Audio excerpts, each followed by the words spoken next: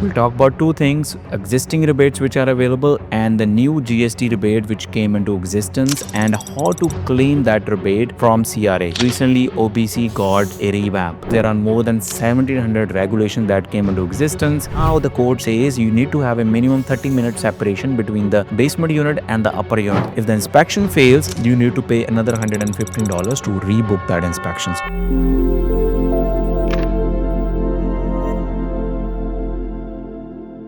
This video will talk about Ontario building codes. It's very important for you if you're planning to do any type of demolition, renovation, or building a legal basement suite in your existing home. Second part, we'll talk about new homes rebates. We'll talk about two things: existing rebates which are available and the new GST rebate which came into existence, and how to claim that rebate from CRA.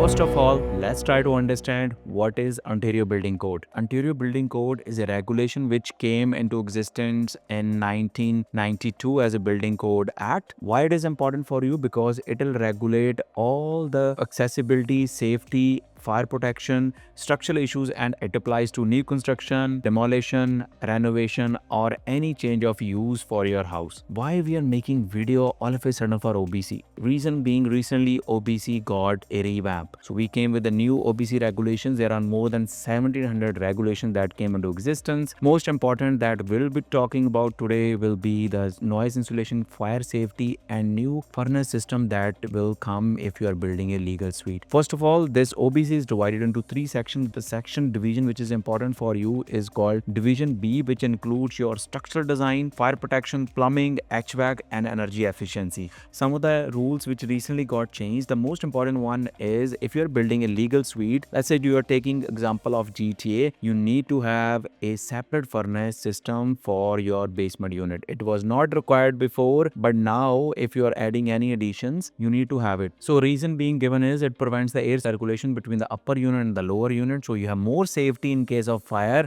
It is not spreading out. But on the landlord side or on the consumer side, your cost will go up because now we'll have a separate mechanical system, the HVAC system running, and a different furnace and different AC for the secondary suite. But obviously you have choice there. You can go for a baseboard heating, a separate unit, so which can be regulated from the basement unit, but it will increase your bill actually because electricity is expensive compared to the gas. Second thing which came into existence is now, let's say imagine you had an existing basement, you are a buyer, you purchase that property. Making that basement legal was easier in the sense because now you could have easily taken the drywall from the top and replaced it with the fire separation drywall with the insulation. Now the code says you need to have a minimum 30-minute separation between the basement unit and the upper unit. This means you have to have either a double drywall or a better insulation, or you need to have a resilient channel also for a soundproofing. But why it is important for you is because if you are changing the existing basement unit into legal, now you need to rip off all the ceiling, all the drywall, and to do a rework. So this means the cost is going up again. It was done before for HVAC, plumbing, because this need to be separate. ESA, you need to prove the electrical part, and the plumbing you need to have a fire sprinkler system. Now you need to have more on the building side also. Obviously the accessibility requirements have increased too, like you need to have a wider doorways, better signing, automatic door close, accessibility washrooms, visual fire alarms. That's another changes which is coming into existence. So important for you as a consumer, as a first time home buyer, or someone who looking to renovate their property, you need to understand these OBC codes. Another thing to talk about is what is the cost involved overall. So there are two major costs that is involved apart from the construction cost. You need to hire a architect who will create your design and do the permit submission to the city. Second most important cost is the city fees that is required when you are doing any legal changes. For example, you are building a legal basement suite, your approximate cost will be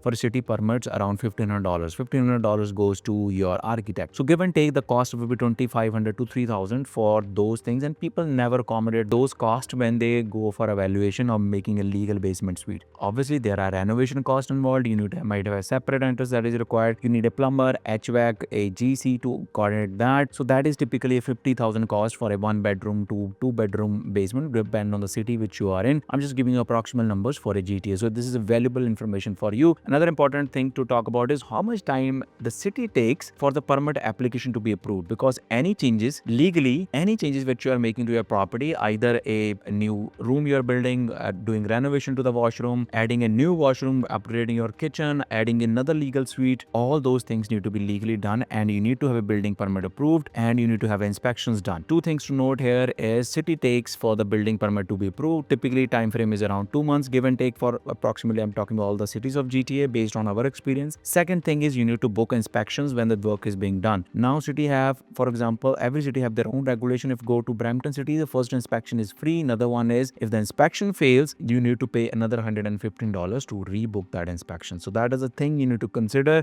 Have those things in mind when you're talking to GC or you're doing your renovation by yourself. I know there are so many things that we talked. This is a one-way video that we are doing with you.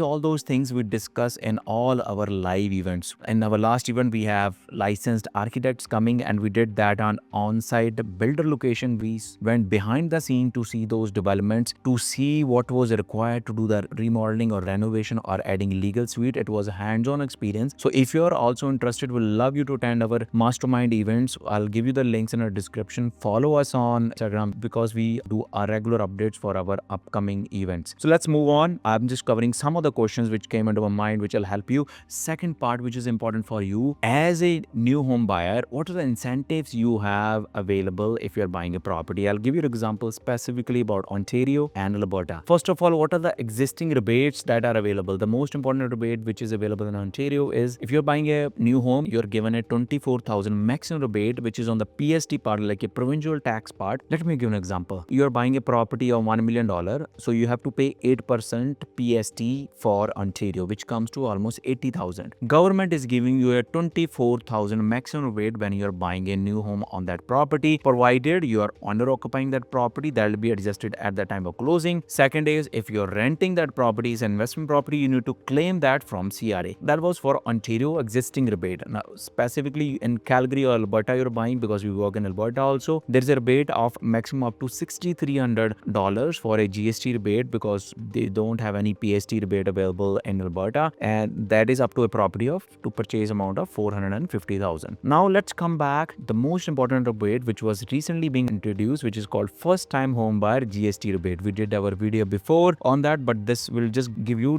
gist of all the things which came into existence. This part of video is important if you're a first time home buyer and you're buying a new home. This rebate came from 27th of May 2025. Any purchase happening from 27th of May 2025 till 2031 will be covered under this rebate, provided you are a first time home buyer. What is the meaning of a first time home buyer? The first time home buyer is a person who is 18 years or older, is a Canadian citizen, any PR holder, and have never owned a property in last 4 years in the family. Either you or your spouse have never owned during the current calendar year or the preceding 4 years. What are the eligible properties? The eligible properties are new home purchased from the builder, or you took the land, you build your property, that's also eligible for that. So maximum rebate which is available is up to $50,000. So this means if you're buying property of $1 million in Ontario, for example, you'll get $50,000 rebate on GST. The price of the property will be $950 for you. But imagine you are buying a property for $1,250,000, the rebate will reduce. It is a reducing scale. The rebate will be around $25,000. Any property of 1.5 million, you don't have any rebate. So better if you're a first time home buyer, better to try to stick on the properties in the price range of $1 million to get the maximum for that rebate. This was done to promote new homes and to encourage people, specifically first time home buyers, to do that. And even on the side there are discussions. This is based on our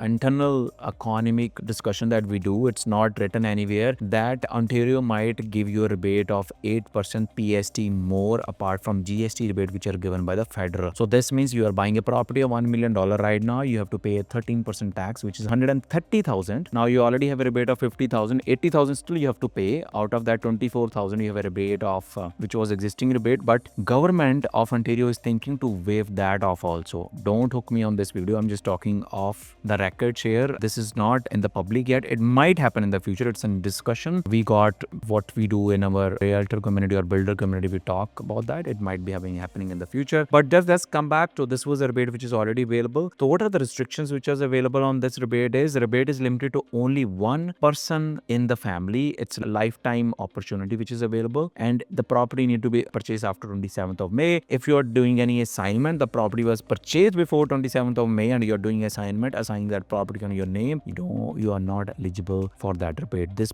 you need to be eligible only if you buy directly from the builder. And what is the projected impact of this is they estimate it is going to provide $3.9 billion tax relief for 5 years, and 7,800 households in 2025 alone will basically take benefit of this. Roughly it's around 13,000 homes annually that will take benefit of this rebate. How to claim that rebate, that's another thing that we need to cover that. So there's a form that you need to go, which is like a GST rebate form. Just DM us if you need information on that. So which is a GST HST new housing rebate for a housing. There are two options to get the GST rebate. One is the builder will adjust your pricing at the time of the closing. Let me give you an example. Right now we are working on a deal. It's a new home. It's in GTA. We are getting a 2-bedroom, 2-washroom townhome for 507,000. That's a very good deal considering the price of GTA. And the builder is already accommodating the 5% GST relief as a part of that. So you don't have to go to CRA to get the claim. So now second part is if your builder is not accommodating, they have taken the GST part of it and they have charged you. Now you have to go to CRA. You need to fill this form and get that claim back. It might take 2 to 3 months because we have already working on those deals which we did after 27th of May. It is taking around 2 to 3 months to get that rebate back from CRA, the extra funds, the 5% you have given. Best is call the CRA and get to know more information. This is based on our understanding what our clients are doing. They fill this form to get the more information. So this was all which I wanted to talk to you in this video. Would love to get your feedback, your thoughts, anything coming into your brain for new homes or Ontario building codes. Most welcome, and any other video that you want us to capture in future that you can help you to make a educated and wise decision for your home, will be happy to help. And another reminder, do attend our events because this is a one-way conversation. I love two-way conversation because you're sitting face to face. You learn a lot. Thank you for watching this video and don't forget to subscribe to our channel. Thank you.